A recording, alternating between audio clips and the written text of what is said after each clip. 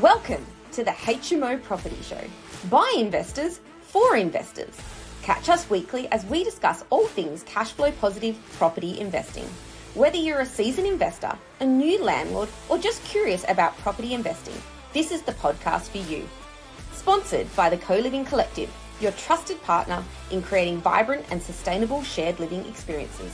Visit us at colivingcollective.com.au to learn more. Yeah, you wouldn't want to get down an hour and find that. Oh, the girls would be like, you've got half the timer. All right, okay, cool. So we'll just get going. So just give it pause so that they can edit. Hello and welcome back to the HMO Property Show. This is Jo Gibb, your host, and today I'm honoured to be joined by one of our clients, Lisa Hall. Welcome, Lisa. Hi, Jo. It's a pleasure to be here.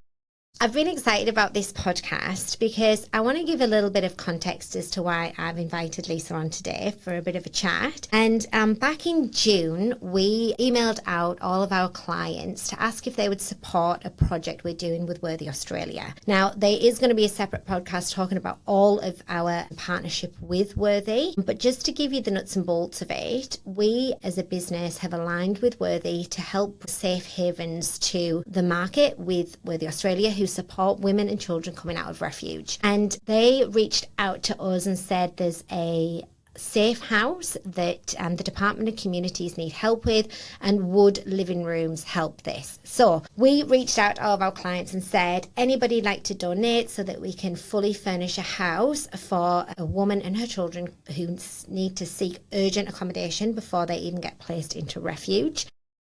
Lisa was actually the first person to reach out to me. She gave me a call and she said, I 100% want to help. This is something that really aligns with me. And after a chat on the phone, I actually said to Lisa, I would love to be able to go on a podcast with you and talk to me about this. So the first thing that I just want to ask, so that really gets into why Lisa's here today, is when I spoke to you about the Worthy Project, what made you pick up that phone and want to help straight away?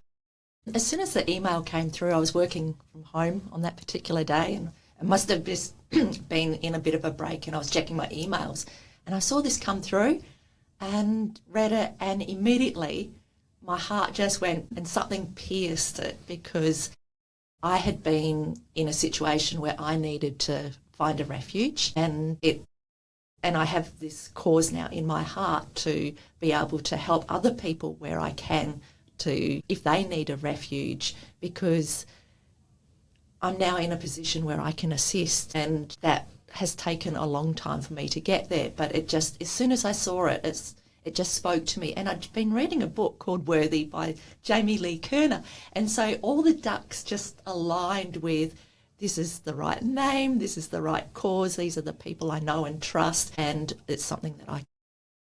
Beautiful. So this is what Lisa had said to me on the phone, and I just said, oh gosh, Lisa, you know, you're a client of ours, you've got 3 properties of your own, you've just sold one, I believe. We'll go into those in a bit later. But you've really got yourself on your feet, and to come from there to where you are now, I find that very inspiring. And not only that, I really wanted you to talk through that journey so that really people can understand the impact of what safe shelter means, and you know, how we can support more women in this area. So could you take me way back and just talk a little bit about why you needed to seek refuge in the first place? Yeah, I can. And it was a difficult journey, because not all abuse is physical abuse. There's a lot of psychological abuse that is out there, and it's not really talked about. And that was the nature of my abuse. It was financial, psychological, gaslighting, litigation, a whole range of different abuses in that way. And it took me a long time to recognise that I was actually being abused, which is, I found to be quite strange, because I'd worked in a children's home, and I was really au fait with sexual abuse and, you know, physical abuse and things like that. And I didn't realise it was actually happening to me either, because women, I think, can hide a lot of pain and put on that happy face. I was working full time in a professional role. You know, my kids, everything looked really terrific, but under the surface, things were pretty terrible. I knew it would take a lot of courage to leave my former partner, because he was very narcissistic, and so and he was a litigant to boot. So if I was going to leave him, I knew it was going to be a difficult situation. And I think a lot of women end up staying at home for much longer than they need to or want to because they're under duress and because they don't have anywhere else to go. And I found that was my situation. When I eventually did find the courage to leave, there was a bit of a trigger, and that was my father. He had terminal cancer at the time. And it was like, if I don't do something about my life right now, I can't live with that pain any longer. And so I made a decision that I had to leave. I had 2 children. I've still got 2 children, a 14-year-old, and my daughter was 8 years older, so she was, a young adult at the time. And the difficult thing, I think, was there was nowhere else to go. And quite literally, I was sleeping. I moved out of the mutual bedroom, and I was sleeping on a mattress in the living room, essentially. All my stuff was just tossed out of the room and, piled around me. But there wasn't other accommodation, and it was just like, all right. Sorry, I almost swear there. We could do that. Roll with whatever comes out your tongue. And one day part of the abuse was the separation from family and friends. And so I didn't have much of a relationship with my brothers and sisters, my friends and all that sort of stuff. And I wanted to go and visit my mum for Mother's Day. And my ex-husband refused to allow me to take my youngest child with me to see my mother, who I hadn't seen for quite some time. And that broke my heart. It really did. And I just remember driving to Bunbury with one of my children and just crying the whole way. And it was, I've got to get out of that house. I need to do something. So when I came back on the Monday, I went and knocked on the refuge at where I live, and because I knew it was there. And I was told I literally had 2 hours to make a decision as to whether I would take the accommodation or not, because there's a long list of people that also needed the accommodation. And I was like completely shocked and blown away. It was a mutual, there was lots of rooms. They showed me around. It was really lovely for a refuge. It wasn't terrible. But you had to make decisions really, really quick about what you were going to do. You didn't have anything packed and all the rest of it. But I also went and saw a couple of real estate agents to try and rent somewhere as well, because I was working, and I thought if I've got an opportunity, I'll try that route. And I just got really, really lucky because someone needed somewhere for just 9 months, and I didn't have pets and all the rest of it, and I just said, I'll take that. So as much as I was knocking on the door of the refuge, I was fortunate to find somewhere else. It wasn't pretty, but it was independent. And I lived there for the next 9 months. Unfortunately, my children couldn't come, and that was really, really, really hard to be separated from them. But it was about at least one of us getting out at the time, and we worked on getting the children out at another time. Yeah. Yeah. I think it's so inspiring you doing that, because it must be, and obviously having children now would be the hardest thing leaving them, but it's also the hardest thing them seeing you go through what you went through, and also you're really making that step to show them that things are possible, because you don't know what's going to happen to your daughter, or is it a daughter and son? You got one of each? Yes, one of each. But, this can happen to anybody, and I think it's really inspiring for children to be able to look up and see that you made that effort to be able to make the difference for yourself and for them. Now, how many years ago was that? That was 12 years ago. Yeah, 12 years ago. So I'm going to ask you a little bit about the refuges there, because I know that in the last, since then, and it's only a space that I've only started kind of looking into, but it's getting worse and worse for people to be able to even get into a refuge or find rentals. So there's a lot of women who were in your position who are struggling to even get into a refuge, or if they're in a refuge, they're in there for over a year because there's nothing else to go to. And I think this is why it's so important that as investors we really look at ways and means and how we can help create more accommodation and more opportunities for these women in these instances. So fast forward to now. Tell me a little bit about your life today. My life is so completely different now. I'm so grateful that I took the courage to take that step to leave, because it has brought about a complete 360, 180, whatever it is, change in my life. It's happy and it's joyous, and I've got a wonderful husband now. My eldest daughter I've got a good relationship with. My siblings who I never really saw. Tonight I'm going to Oktoberfest and sleeping over with one of them. So good. It's just the fun times that you don't realise how you've separated, how important that is, the relationships with the people that really care about you. I'm doing investing in property. I've got a great job. What else?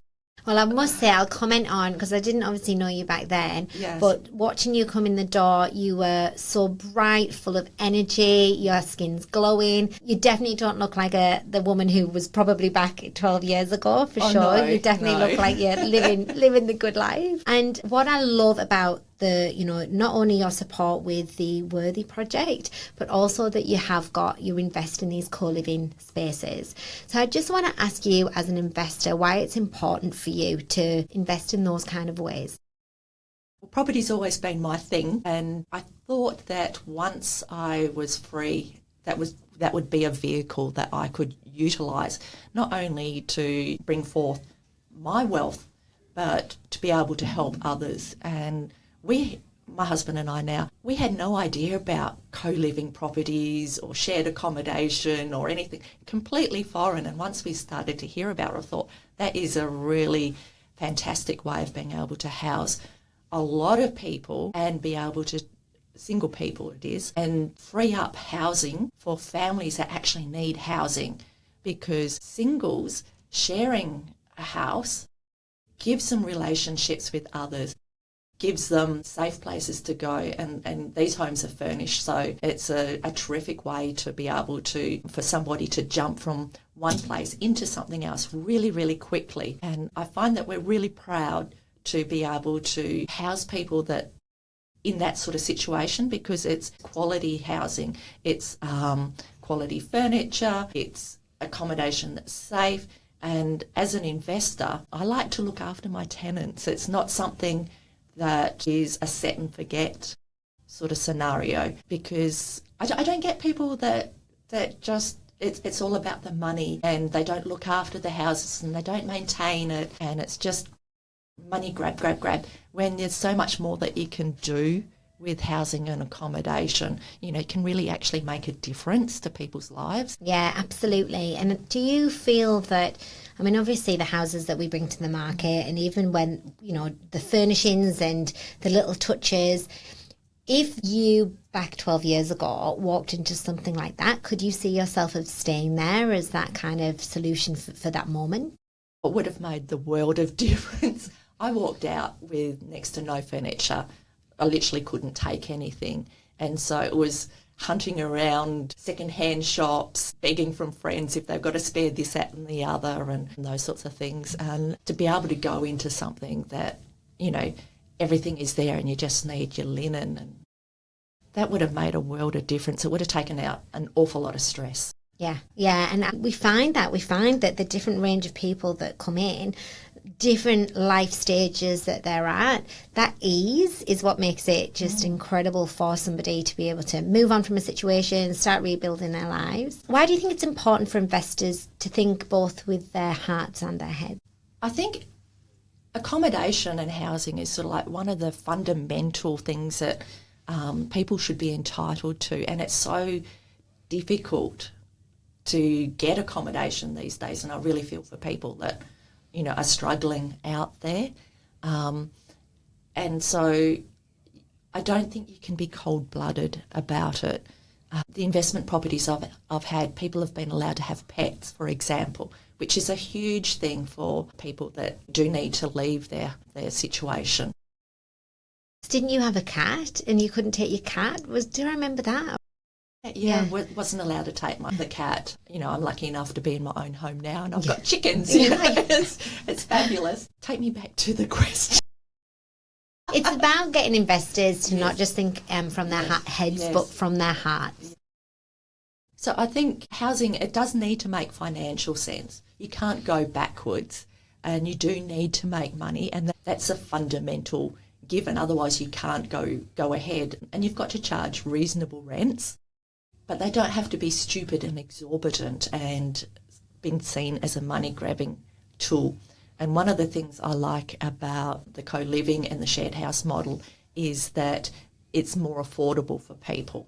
And so it means that they've got somewhere to live, that they can be comfortable, and that speaks with your heart as well, because if you've just left a situation or you've just moved town or anything like that, being able to find that type of accommodation is really, really important. And I think looking after that property, that is part of the heart and the head stuff. And it makes financial sense as well. It's not a one thing or the other. You've got to have both. And being cold-hearted about it, I don't think serves anybody. No, and we definitely live by that ethos of it's a win-win. It has to be a win-win for both sides. The more the investor can make and have security and stability in their investment, the more that they can invest and create more impact. Absolutely. And then on the other hand, we're giving really great affordable accommodation on the other sense for people who need it. I mean, the range of housemates that we have is incredible. And I love also the amount of returns our investors get is also incredible. And I think that, I always talk about the need of investors having to make money first. I think there's sometimes people think it's a taboo that, investors are just making money out of this. They have to, otherwise they can't do it. It's not a charity. You don't want people to drain themselves. They can't help anybody else. So it's kind of being that win-win. And I love that about the strategy. I can't build another house or acquire another house unless you make money. And when you do have the funds to do so, you're housing another 6 people. I mean, how fabulous is that? Yeah. And even going on that kind of stability side, you've got 6 people in there. So if somebody leaves, you've still got rent covered in 5 of the rooms. Absolutely. So as an investor, again, it's a win. It makes sense. Yeah. It completely makes sense. I'm going to ask if you could go back and speak to the version of yourself who was walking out and trying to seek refuge and find your own place. What would you tell her now? It was 12 years ago and I was a completely different person back then. I was broken and I didn't know who I was. I really didn't. And I had no voice. And I would tell her that, good on you, girlfriend. You've got the courage, you've got the guts. Be grateful, because grateful takes you an awfully long, and you're going to make it because you're strong and you've got a network around you that is strong, and you can be anyone who you want to be. You've just got to put the effort in. Nothing comes without a little bit of effort, but you can do it and you're going to make it and you're going to do well. Awesome, and you certainly have. And I really thank you for sharing that story. I know it's quite vulnerable to open up about these things, but I really just wanted the listeners to understand the importance of housing in general and why we really need to focus on our impact that we can create through our investments, not just being an individual strategy. I think there's more we can do publicly that as a community that can help really let other people thrive. So I love that, and I love that you've been inspiring to other women. Anybody who's coming out of a certain situation, I feel like they want to take that leap, know that it's possible, and Absolutely. that one day you can be housing women in that position, and also being able to just be a good service to the community, being able to house in a more affordable way. I really appreciate it. And I'm going to go forth and do even more. Yeah, and, awesome. And it's really good to be in that position to do so. I think, for women out there, take heart. There is light at the end of the tunnel. It's a bit tricky to get through, and it'll always be challenging, but you've got it. Yeah, awesome. Thank you so much, Lisa. That was incredible. It's my absolute pleasure. Thank you. Thanks for watching. Make sure you tune in the same time next week so you can stay up to date with all cash flow positive property updates.